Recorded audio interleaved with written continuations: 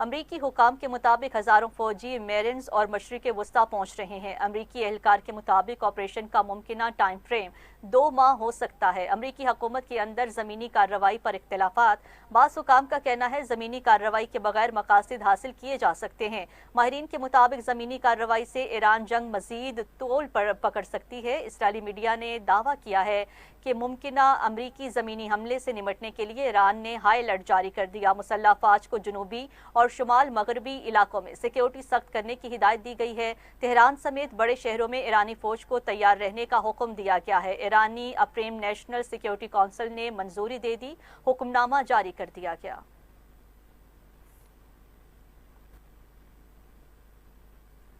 امریکہ نے مزید 2 بحری جہاز مشرق وسطی بھیج دیے ہیں۔ جہازوں میں جارج ایچ.ڈبلیو. بش اور USS ٹریپولی شامل ہیں۔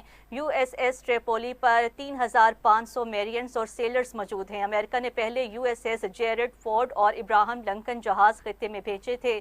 برطانیہ کا بارودی سرنگوں کی صفائی کے لیے برطانیہ کا اپنا جہاز آبنائے ہرمز بھیجنے کا فیصلہ۔ برطانوی شاہی بحریہ کا جہاز RFA لائم مشن کے لیے تیار۔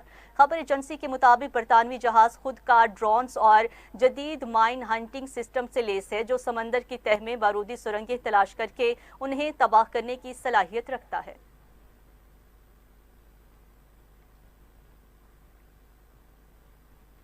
دوسری جانب امریکہ اور اسرائیل کے ایران پر حملے جاری ہیں۔ صوبے گیلان کے قصبے پر فضائی حملہ کیا گیا، 2 افراد شہید، 5 زخمی ہو گئے ہیں۔ نوشہر میں بھی حملہ کیا گیا ہے۔ ایرانی میڈیا کے مطابق مواصلاتی ٹاور کو نشانہ بنایا گیا۔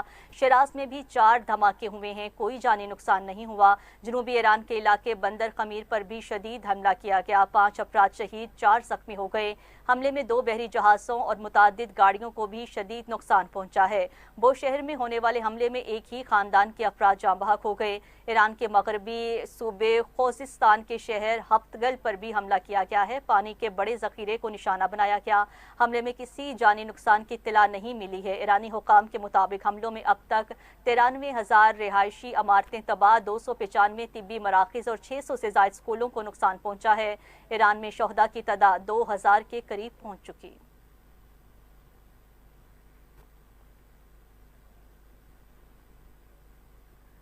پاسداران انقلاب کا حملوں میں 500 امریکی فوجی ہلاک یا زخمی کرنے کا دعویٰ۔ Iran university of science and technology پر حملے کا جواب دیں گے۔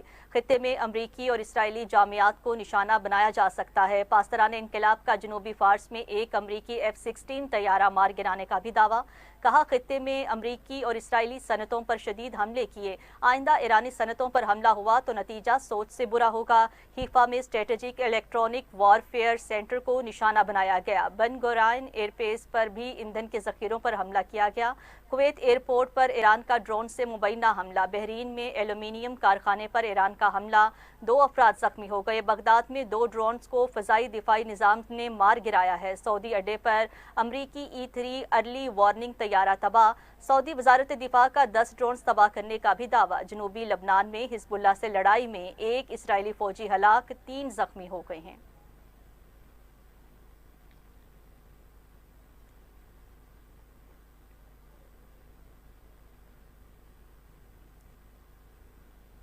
وزیراعظم شہباز شریف کی زیر صدارت کفایت شعاری پر جائزہ اجلاس ہوا ہے۔ اجلاس میں ایندھن بچت اور کفایت شعاری کے لیے جاری اقدامات کے نفاذ کا جائزہ لیا گیا۔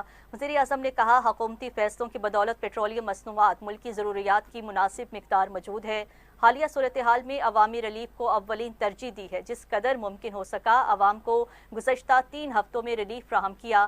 تیل کی قیمتیں بڑھنے سے روکنے کے لیے وفاقی حکومت نے 125 ارب روپے دیے ہیں۔ عوام سے گزارش ہے بچت مہم میں حکومت کا ساتھ دیں۔ صوبائی حکومتیں موٹر سائیکل اور رکشہ مالکان کو رجسٹریشن اپنے نام کرانے کے لیے سہولیات فراہم کریں۔ اس اقدام سے موٹر سائیکل اور رکشہ مالکان کو حکومتی ریلیف سے مستفید ہونے کا موقع ملے گا۔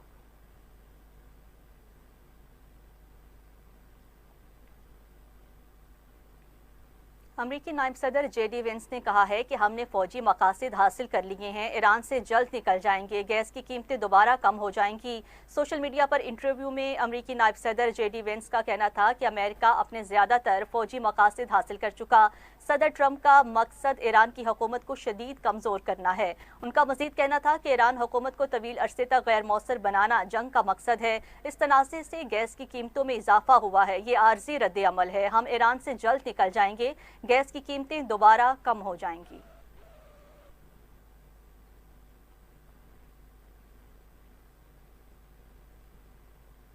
ایران جنگ تیزی سے عالمی بحران کی شکل اختیار کر سکتی ہے۔ ترکیہ کے انٹیلیجنس چیف ابراہیم نے اپنے خطاب میں کہا ہے کہ مشرق وسطیٰ میں بڑھتی ہوئی کشیدگی خطے سے باہر بھی پھیلنے کا خطرہ ہے۔ بدقسمتی سے یہ ہے کہ علاقائی جنگ کی قیمت 8 ارب انسانوں کو چکانا پڑے گی۔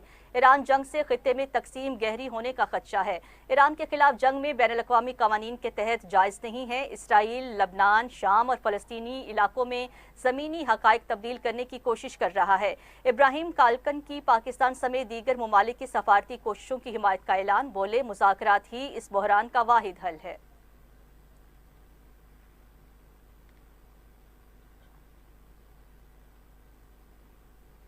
دوسری جانب اسرائیل کے لبنان میں حملے جاری ہیں۔ جنوبی لبنان میں بمباری سے 3 صحافیوں اور طبی عملے کے 5 اراکین سمیت 16 افراد جاں بحق ہو گئے ہیں۔ حزب اللہ نے حملوں کی شدید مذمت کی ہے۔ 2 افسران سمیت 9 اسرائیلی فوجی زخمی ہو گئے ہیں۔ اسرائیل نے حزب اللہ کے 2 عہدیداروں کو شہید کرنے کا دعویٰ کر دیا۔ لبنان میں 2 مارچ سے اب تک جاں بحق افراد کی تعداد 1189 ہو گئی، 3427 زخمی ہوئے ہیں۔ لبنان کے قائم ہنگامی آپریشنز مرکز کے مطابق یہ حملہ ضلع سور کے قصبہ الہانیہ پر کیا گیا ہے۔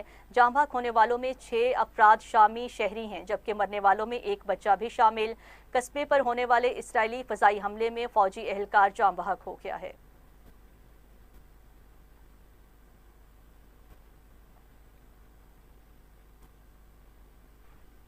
یمن کے حوثی گروپ کے فوجی ترجمان یحییٰ سری نے اعلان کیا ہے کہ گروپ نے اسرائیل کے خلاف دوسرا فوجی آپریشن انجام دیا ہے، جس میں کروز میزائل اور ڈرونز استعمال کیے گئے ہیں۔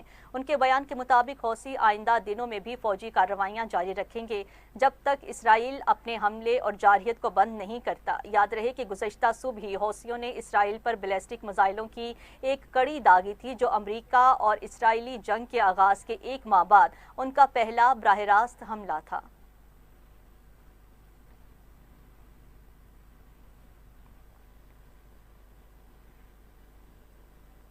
یوگینڈا کے آرمی چیف نے ایران کے خلاف جاری کشیدگی کے تناظر میں اسرائیل کی حمایت کا اعلان کرتے ہوئے جنگ میں شامل ہونے کی پیشکش کر دی ہے۔ غیر ملکی خبر اطلاع ایجنسی کے مطابق جنرل کا کہنا تھا کہ یوگینڈا کی افواج اسرائیل کے ساتھ کھڑی ہے اور اس ضرورت پڑنے پر اس کی جانب سے لڑنے کے لیے بھی تیار ہے۔ انہوں نے کہا کہ مشرق وسطیٰ میں جنگ بند ہونی چاہیے، تاہم اگر اسرائیل کو تباہ کرنے یا شکست دینے کی کوشش کی گئی تو یوگینڈا بھی اس جنگ میں شامل ہو جائے گا۔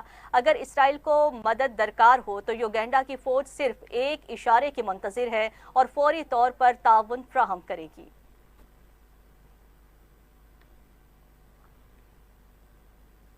تو دوسری جانب امریکی صدر کی پالیسیوں سے تنگ لاکھوں افراد سڑکوں پر نکل آئے ہیں۔ غیر ملکی میڈیا رپورٹس کے مطابق صدر ٹرمپ اور انتظامیہ کی پالیسیوں کے خلاف نو کنگز احتجاجی تحریک کا آغاز ہو گیا۔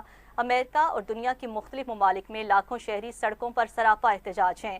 امریکی دارالحکومت واشنگٹن امریکیوں نے ایران کے ساتھ جنگ اور ٹرمپ پالیسی کے خلاف احتجاج کیا ہے۔ مظاہرے میں شرکاء نے نو کنگز کے بینرز اٹھا رکھے تھے۔ فلوریڈا کے شہر ویسٹ پام بیچ، اٹلانٹا اور جارجیا میں احتجاجی ریلیاں نکالی گئی ہیں۔ مظاہرین نے مطالبہ کیا ہے کہ صدر ٹرمپ فوری طور پر اپنے متنازع فیصلے واپس لیں۔ برطانوی دارالحکومت لندن اور آسٹریلیا کے شہر سڈنی میں بھی صدر ٹرمپ کے خلاف احتجاجی مظاہرہ کیا گیا۔ بلیٹن میں شامل کریں گے ایک شارٹ بریک، ہمارے ساتھ رہیے گا۔ ویلکم بیک ناظرین، بلیٹن میں آگے بڑھتے ہوئے آپ کو بتائیں گے امریکی ڈیموکریٹک رہنماؤں نے ایران کے خلاف بلا جواز جنگ عالمی قوانین کی خلاف ورزی قرار دے دیا۔ سینیٹر نے منیسوٹا میں نو کنگز ریلی سے خطاب میں کہا ہے کہ صدر ٹرمپ پوری دنیا کو بحران سے دوچار کر رہے ہیں۔ ایک شخص نے ملک کے قانون کو اپنے ہاتھ میں لے رکھا ہے۔ امریکی تاریخ میں پہلے کبھی کسی نے طاقت کا اتنا غلط استعمال نہیں کیا۔